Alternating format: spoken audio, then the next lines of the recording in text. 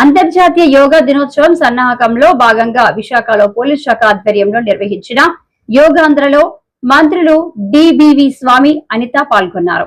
Visakha beach road లో యోగాసనాలు వేశారు. అనంతరం మంత్రి అనిత, డిబివి స్వామి మీడియాతో మాట్లాడారు. అంతర్జాతీయ యోగా దినోత్సవాన్ని పురస్కరించుకుని విశాఖలో భారీ స్థాయిలో సన్నాహక కార్యక్రమాలు ప్రారంభమయ్యాయి. విశాఖ పోలీస్ కమిషనరేట్ ఆధ్వర్యంలో యోగాంధ్ర కార్యక్రమం ఘనంగా జరిగింది. ఈ కార్యక్రమంలో హోంమంత్రి వంగలపూడి అనిత, జిల్లా ఇన్ఛార్జి మంత్రి డోలా బాల వీరాంజనేయ స్వామి, ప్రభుత్వ విప్ గణబాబు, ఎమ్మెల్సీ వేపాడ చిరంజీవి అధికారులు పాల్గొన్నారు. హోంమంత్రి అనిత మాట్లాడుతూ 11వ అంతర్జాతీయ యోగా దినోత్సవాన్ని మన విశాఖలో నిర్వహించడం గర్వకారణమన్నారు. యోగా అనేది శరీరానికి మాత్రమే కాకుండా మనసుకు కూడా ఆరోగ్యాన్ని ఇస్తుందని, యోగా మన జీవన విధానంలో భాగం కావాలని సూచించారు. ప్రధానమంత్రి నరేంద్ర మోదీ, ముఖ్యమంత్రి చంద్రబాబు నాయుడు వంటి నేతలు ఎంతో ఎనర్జెటిక్ గా ఉండటానికి యోగానే కారణమని అన్నారు. చెప్పుకోవాలి, ఎందుకంటే ఏదో అంటారు కదా, సినిమా రిలీజ్ అయ్యే ముందు టీజర్ ఎంత బాగుంటే సినిమా ఎంత బాగుంటుందో అనుకుంటాం. అదేవిధంగా ఈరోజు మా పోలీస్ వ్యవస్థ, అదేవిధంగా నేషనల్ నేవల్ కమాండెంట్, నేవీ, అదేవిధంగా గ్రేహౌండ్స్ వాళ్ళు, battalions, city police, Anakapalli police and Vizianagaram police, రాష్ట్ర వ్యాప్తంగా ఉన్న పోలీస్ డిపార్ట్మెంట్లో అందరూ కూడా ఈరోజు యోగాని ప్రమోట్ చేయడానికి, అంతర్జాతీయ యోగా దినోత్సవం సందర్భంగా అందరం కూడా యోగాలో మేము పాలు పంచుకుంటున్నామని చెప్పడానికి ఒక మంచి ఈవెంట్ని ఈరోజు ఈ విశాఖ సముద్ర తీరం వేదికగా ఏర్పాటు చేసినందుకు ప్రత్యేకంగా కలెక్టర్ గారికి ధన్యవాదాలు, నమస్కారాలు తెలియజేసుకుంటూ, ఈ కార్యక్రమాన్ని నిర్వహించిన మా డిఐసి గారికి కూడా ప్రత్యేకంగా ధన్యవాదాలు తెలియజేసుకుంటూ, మా సిటీ పోలీస్కి, అదేవిధంగా ఈ కార్యక్రమానికి నాతో పాటు ముఖ్య అతిథులుగా విచ్చేసిన పెద్దలు గౌరవనీయులు ఇన్ఛార్జ్ మంత్రివర్యులు బాల వీరాంజనేయ స్వామి గారికి, అదేవిధంగా ఎమ్మెల్యేలు గణబాబు గారికి, విష్ణుకుమార్ రాజు గారికి, ఎమ్మెల్సీ చిరంజీవి గారికి, అదేవిధంగా పెద్దలందరికీ కూడా పేరు పేరున ఎక్స్ఎమ్మెల్సీ దువరు రామారావు గారికి, గండి బాబ్జీ గారికి, జేసీ గారికి, అందరికీ కూడా పేరు పేరున ధన్యవాదాలు, నమస్కారాలు తెలియజేసుకుంటూ, ఈరోజు యోగాని ప్రమోట్ చేయడానికి ఇక్కడికి వచ్చిన నా పోలీస్ కుటుంబ సభ్యులందరికీ కూడా పేరు పేరున నేను ధన్యవాదాలు, నమస్కారాలు తెలియజేసుకుంటున్నా. యోగా అంటేనే ఒక రకంగా భారతీయ సంప్రదాయం ప్రకారం వచ్చిన ఒక వ్యవస్థ. ఆ వ్యవస్థ ఎలాంటిదంటే ప్రపంచానికే బహుమతిగా అందించిన యోగా వ్యవస్థని ఈరోజు అంతర్జాతీయ యోగా దినోత్సవం సందర్భంగా విశాఖని వేదికగా చేసుకొని నేను ఇక్కడికే వస్తాను, ఇక్కడే యోగా దినోత్సవం జరుపుకుంటానని సాక్షాత్తు ప్రధానమంత్రి నరేంద్ర మోడీ గారు అతని నోటి నుంచి అతనే చెప్పారంటే ఒక్కసారి విశాఖపట్నానికి ఇందాక మన పెద్దలు చెప్పినట్టుగా ప్రపంచ పటంలో ఎలాంటి స్థానం లభించిందో మనందరం కూడా తెలుసుకోవచ్చు. సుందరమైన విశాఖపట్నం నగరం అంటే అందరూ కూడా ఏదో అంటారు, మా సీఎం గారు అంటారు, నేను విశాఖపట్నంతో ప్రేమలో ఉంటాను అంటుంటారు. నిజంగా అందరూ అలాగే ఉంటారు. ఒక పక్క సముద్ర తీరం, ఒక పక్క బీచ్, దారిపోటు ఇంచుమించుగా చాలా పొడవైన సాగర తీరం. ఇలాంటి సాగర తీరంలో ఇలాంటి ప్రమోషన్ కనుక వస్తే డెఫినెట్గా ప్రపంచవ్యాప్తంగా ప్రజలందరూ కూడా యోగాకి కనెక్ట్ అవుతారు. యోగాతోని కేవలం ఏదో ఆసనాలు చేసామన్నది కాకుండా మన శరీరాన్ని, మనసుని ఏకం చేసే యోగా అన్నది మన జీవన శైలిలో ఒక భాగమైపోవాలి అన్న విషయాన్ని మనందరం కూడా తెలియజేసుకోవాలి. ఎప్పటి నుంచో పూర్వీకుల నుంచి వస్తున్న యోగా ఈ టైంలో వచ్చేసరికి ఇందాక మన విష్ణుకుమార్ రాజు గారు అన్నట్టుగా పిజ్జాలు, బర్గర్ల దగ్గర నుంచి మళ్ళా రిపిటేషన్, మళ్ళా స్కిల్ లాగే మళ్ళీ ఈరోజు యోగాకి ఒక ప్రాధాన్యత సంతరించుకుంది. ఎంత ప్రాధాన్యత సంతరించుకుందంటే ఈరోజు సాక్షాత్తు నరేంద్ర మోడీ గారు కానీ, మన ముఖ్యమంత్రి చంద్రబాబు నాయుడు గారు కానీ అంత ఎనర్జెటిక్గా పనిచేస్తున్నారంటే నిజంగా యోగాకి సంబంధించి, మెడిటేషన్కి సంబంధించి వాళ్ళలో శక్తిని, వయసు పెరిగినా కూడా శక్తిని తిరిగి పొందుతున్నారంటే అది కేవలం యోగా ద్వారానే. బెస్ట్ ఎగ్జాంపుల్ ఎవరినో చూపించుకోకర్లేదు, మన ముఖ్యమంత్రి చంద్రబాబు నాయుడు గారిని, మన ప్రధానమంత్రి నరేంద్ర మోడీ గారిని చూపించుకోవచ్చు. ముఖ్యంగా స్ట్రెస్ఫుల్ జాబ్, మార్నింగ్ లెగిస్తే అటు పరిగెట్టాలి, ఇటు పరిగెట్టాలి, లేదు అనుకుంటే వాళ్ళని పట్టుకోవాలి, వీళ్ళని పట్టుకోవాలి, ఇక్కడ బందోబస్తు ఉంది, అక్కడ బందోబస్తు ఉంది, పై ఆఫీసర్ తిడతారేమో, కింద ఆఫీసర్ పనిచేయడేమో, ఇంట్లో వాళ్ళు ఏమనుకుంటారు, ఇంట్లో వాళ్ళకి అన్నీ ఉన్నాయో లేదో, ఇన్ని తిరుగుతుంటాయి మా పోలీసు వాళ్ళ బుర్రల్లో.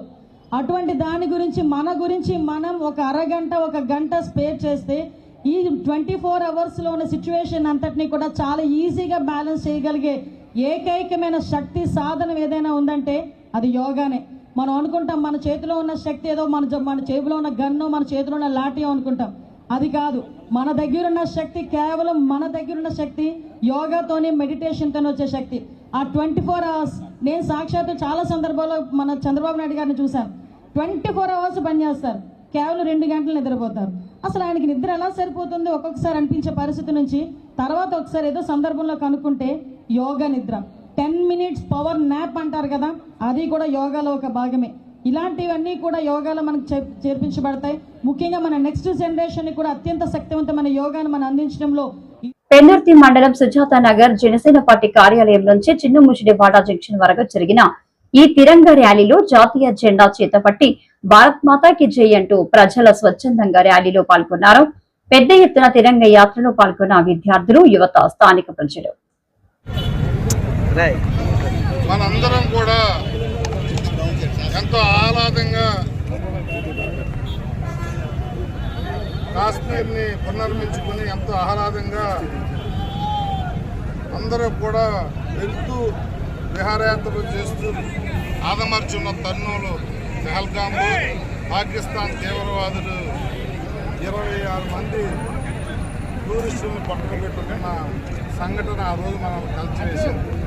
ఆంధ్ర నుంచి కూడా ఇద్దరు ఉండటం, దేశవ్యాప్తంగా కానీ ఫారినర్స్ కానీ 26 మంది చనిపోవడం అనేది ఆ రోజే మన ప్రధానమంత్రి ఎన్డీఏ కూటమి ప్రధానమంత్రి ఆ రోజే చెప్పారు, దీనికి తీవ్రమైన చర్యలు ఉంటాయి అని అన్నమాట ప్రకారం ఏదైతే మా ఆడపడుచులు సింధూరం తుడిచాడో ఆ పాకిస్తాన్ తీవ్రవాది నడ్డి విరవటానికి ఆపరేషన్ సింధూర్ అని నామకరణం చేసి వాళ్ళ శిబిరాల మీద విరుచుకుపడి సర్వనాశనం చేసిన విధానం మనం చూసాం.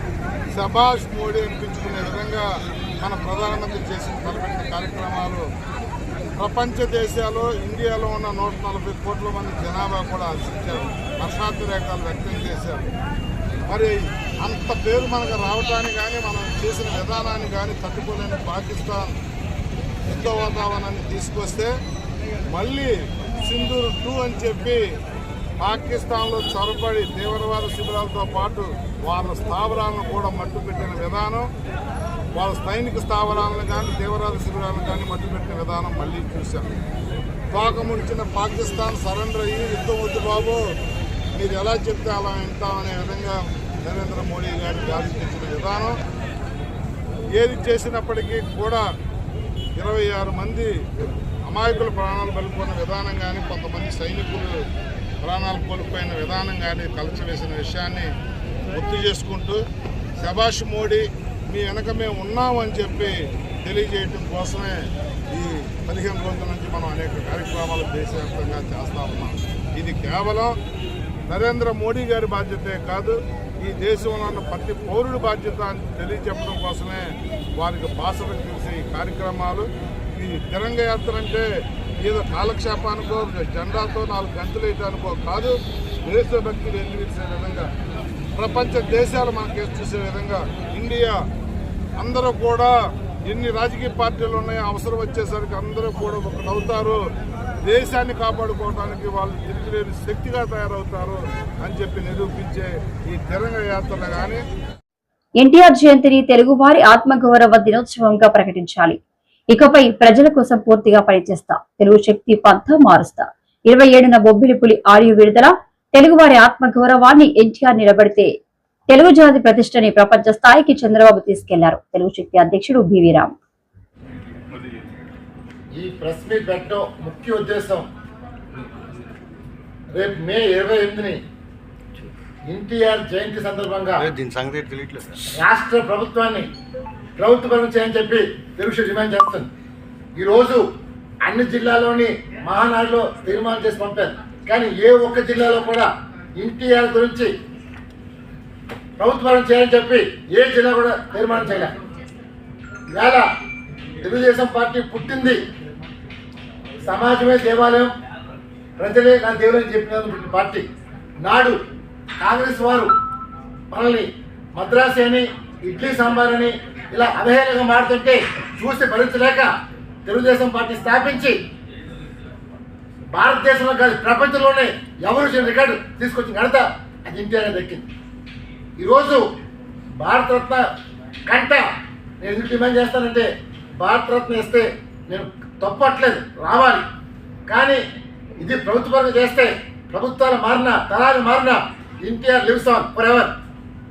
ఇది తెలుగు శక్తి ప్రపోజల్ చేస్తుంది. ఒకటే కోరుతాను, ఈ ప్రపోజల్ రేపు సోమవారం సాయంకాలం లోపల జీవో పాస్ చేయని చెప్పి చంద్రబాబు రిక్వెస్ట్ చేస్తాను. ఎందుకంటే ఇది ఎన్టీఆర్ని ఒక పార్టీగా చూడరు, ప్రజలు భగవంతుగా చూస్తారు. నిజంగా ఎన్టీఆర్ వచ్చిన తర్వాతే సంస్కరణలు వచ్చినాయి, తెలుగు జాతి గౌరవం పెరిగింది. ఇవాళ ఆంధ్రప్రదేశ్ ప్రపంచంలో వెళ్ళిందంటే అది మూలం ఎన్టీఆర్, చంద్రబాబు కాదు. ఎన్టీఆర్ పార్టీ పెట్టిన తర్వాత దాన్ని దిశ డెవలప్ చేసి తెలుగు జాతి గౌరవాన్ని ప్రపంచ స్థాయి తీసుకెళ్ళి చంద్రబాబు నాయుడు గారు. ఒకటే కోరుతాను చంద్రబాబు నాయుడు గారిని, రేపు మహానాడు ముందే 26 తారీఖు సాయంకాలం లోపల ఇది జీవో రావాలి, రాష్ట్ర ప్రభుత్వ పరంగా చెయ్యాలనేది ఇది నా ఆకాంక్ష కాదు, తెలుగు ప్రజల ఆకాంక్ష, 5 కోట్ల మంది ఆకాంక్ష. ఇవాళ జనాల స్వార్థంతో పదవుల కోసం వ్యామోహం పడతారు, కానీ రాము ఏనాడు ఆశించలేదు. చంద్రబాబు నాయుడు గారు ముఖ్యంగా ఈ పార్టీ ఫౌండర్ ఎన్టీఆర్ ఆశయ సాధన కోసమే రామ్ కృషి చేస్తారు కూడా తప్ప పదవులను ఎప్పుడు ఆశించరు. నేను ఒకటే కోరుతాను, ఆంధ్రప్రదేశ్ ప్రపంచంలో తెలుగువారు నంబర్ 1 స్థానంగా రావాలి. మన భారతదేశంలోనే ఆంధ్రప్రదేశ్ నంబర్ 1 రాష్ట్రంగా ఉండాలని తెలుగు శక్తి అభిలాష, ఆకాంక్ష. ఇవాళ ఎందుకంటే ఏ రాష్ట్రంలో కూడా మండల మేధావులు లేరు, యువశక్తి లేదు. ఆంధ్రప్రదేశ్లోనే ముఖ్యంగా మన dynamic chief minister Chandrababu Naidu గారు లాంటి వ్యక్తి ఏ రాష్ట్రానికి లేదు. అంత డిఫరెంట్గా నిన్నే మనం చూసాం, మన రాష్ట్రం నుంచి పవర్ అన్ని రాష్ట్రాలు సప్లై చేయబోతున్నారు. నిన్నే చంద్రబాబు మాట్లాడు. సో డిఫరెంట్గా ఆంధ్రప్రదేశ్ దిశ మార్చాలని, ప్రపంచంలోనే తెలుగు వారికి గర్వంగా గుర్తుండేలా చేయాలనే ఉద్దేశంతో మేము డిమాండ్ చేస్తున్నాం. ఎన్టీఆర్ జయంతిని ప్రభుత్వం చేయని చెప్పి 28ని అన్ని ప్రభుత్వ కార్యాలయంలోనే ఆయన నివాళులు అర్పించారు. It's not a request, it is and God's order మనం చేస్తాం.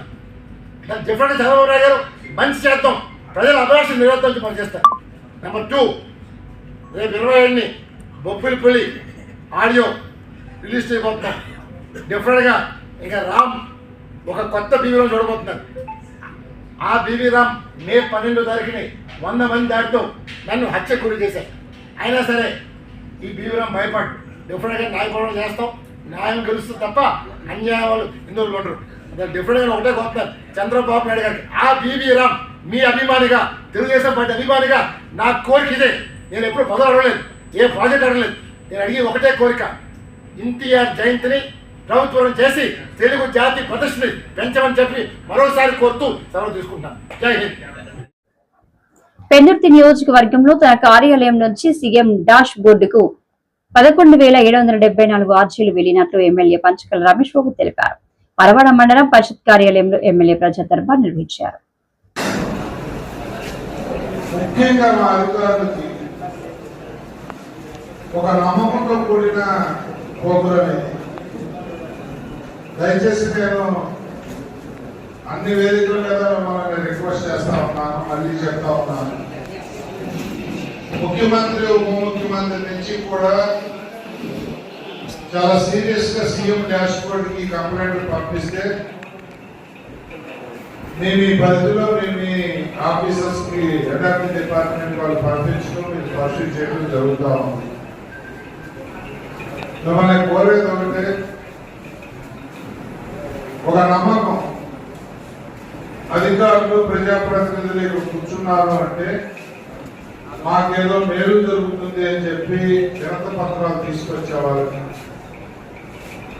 నాకు కూడా చాలా విషయాలు అవగాహన వస్తూ ఉంది. అన్ని కూడా ఒక ల్యాండ్ ఇష్యూ వచ్చింది అంటే అన్నీ కూడా అవన్నీ కూడా అవుతాయని కాదు, అన్ని నిజాలని కాదు. కనీసం మనం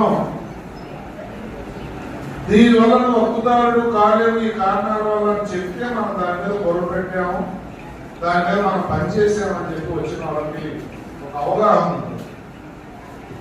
రేపురా ఎల్లుండిరా అని చెప్పడం వల్ల మనం తెచ్చుకుంటారు. ఆఖరికి అల్టిమేట్ గా మీరు 2 సంవత్సరాల తర్వాత మీరు వెళ్ళిపోతారు, 5 సంవత్సరాల తర్వాత మేము వెళ్ళిపోతాం, వాళ్ళు అలా తిరుగుతానే ఉంటారు. నేను ఒకటే మీకు చెప్తా ఉన్నాను, అయ్యే పని అయితే టైం పాటు పెట్టి చేయండి, అవని పని అయితే మన చేతుల్లో లేదు, కోర్టు పరిధిలో ఉంటే వాళ్ళకి ఎక్స్ప్లెయిన్ చేయండి. అవని పని అయితే ఇది ఎందుకు అవుతుందో చెప్పండి. మన దగ్గర క్లోజ్ అయిపోతాయి ఇష్యూ. బాబు ఇది నీకు అప్పుదారుడు కాదు, నువ్వు గడ్డ మీద ఉన్నావో లేకపోతే ఇది ప్రభుత్వమో లేకపోతే ఇది నీది కాదు పలానా వాడిది, నువ్వు పోరాడినా నీకు అప్పుదారుడు కాలేవనే విధంగా మనం చెప్పగలగాలి. జాబ్ సాటిస్ఫాక్షన్ దిశగా పనిచేద్దాం. దానికి మీ అందరి సహకారాన్ని అందిస్తూ మరి ఈ రోజైతే చాలా బాగా తొందరగా అయినట్టే 12 పొగ రావడం అంటే చాలా గొప్పగా అయింది. మరి రేపు వచ్చే ప్రోగ్రామ్ మాత్రం ఈ రోజు వచ్చిన ప్రతి అర్జీకి కూడా అది రాకూడదు, మన ఆన్సరే ఉండాలి, కొత్త రావాలి.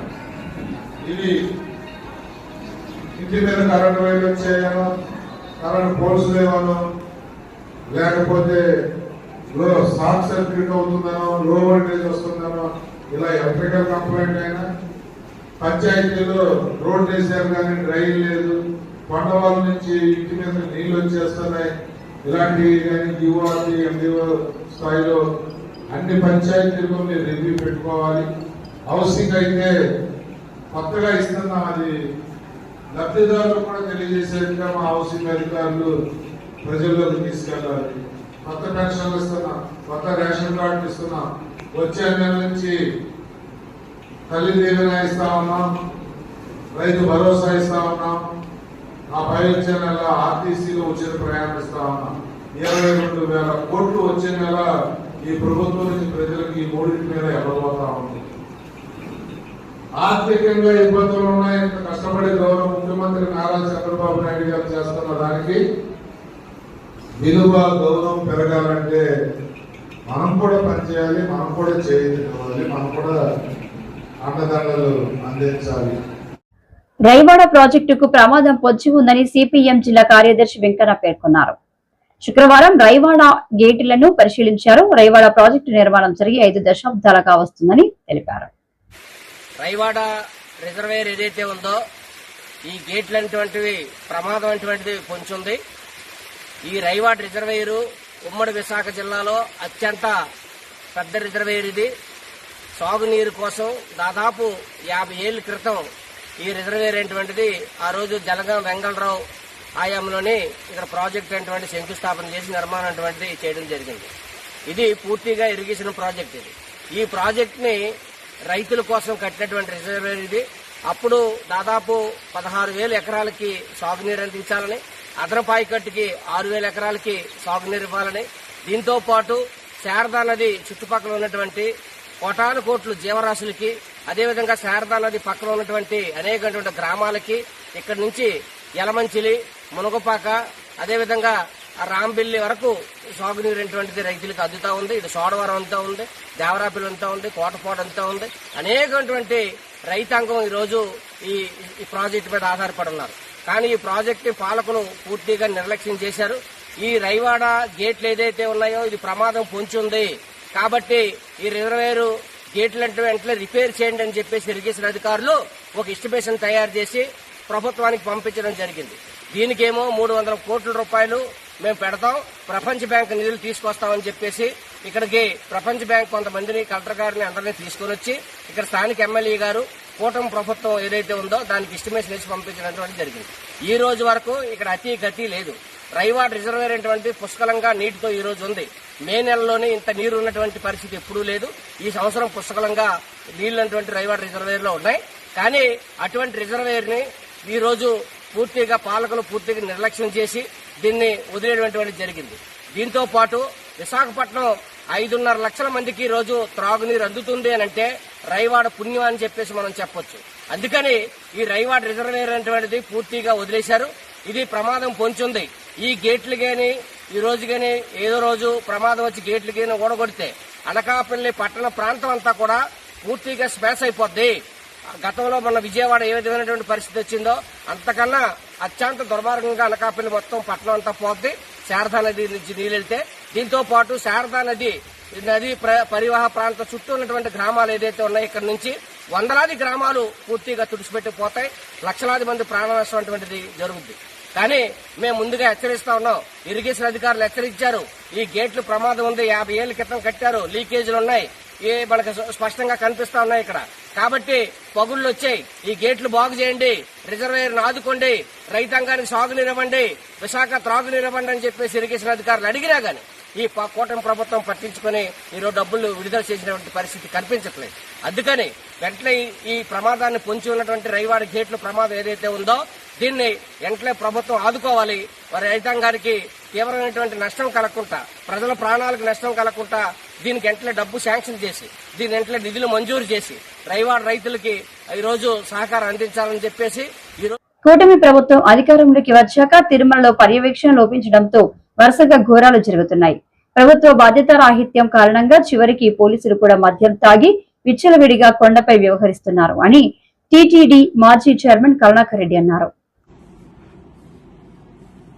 తిరుమలలో ఎలాంటి ఘోరాలు జరుగుతున్నాయి కూటమి ప్రభుత్వం వచ్చిన తర్వాత వరుస పెట్టి తిరుమలలోనే ప్రభుత్వం యొక్క బాధ్యతారాహిత్యం కారణంగా చివరకు పోలీసు వాళ్ళు కూడా మద్యం తాగి విచ్చలవిడిగా వ్యవహరిస్తున్నారు అని అంటే ఆశ్చర్యం వేస్తుందంటే ఏ రకమైనటువంటి పర్యవేక్షణ కొండ మీద పూర్తిగా కరువయింది. ఎంతసేపు మా మీద పడి ఏడవటం తప్ప గత ప్రభుత్వం అన్ని అక్రమాలు, అన్యాయాలు, ఘోరాలు చేసినాయి అని చెప్పుకోవటానికి ఈ సంవత్సరం అంతా గడిచిపోయింది.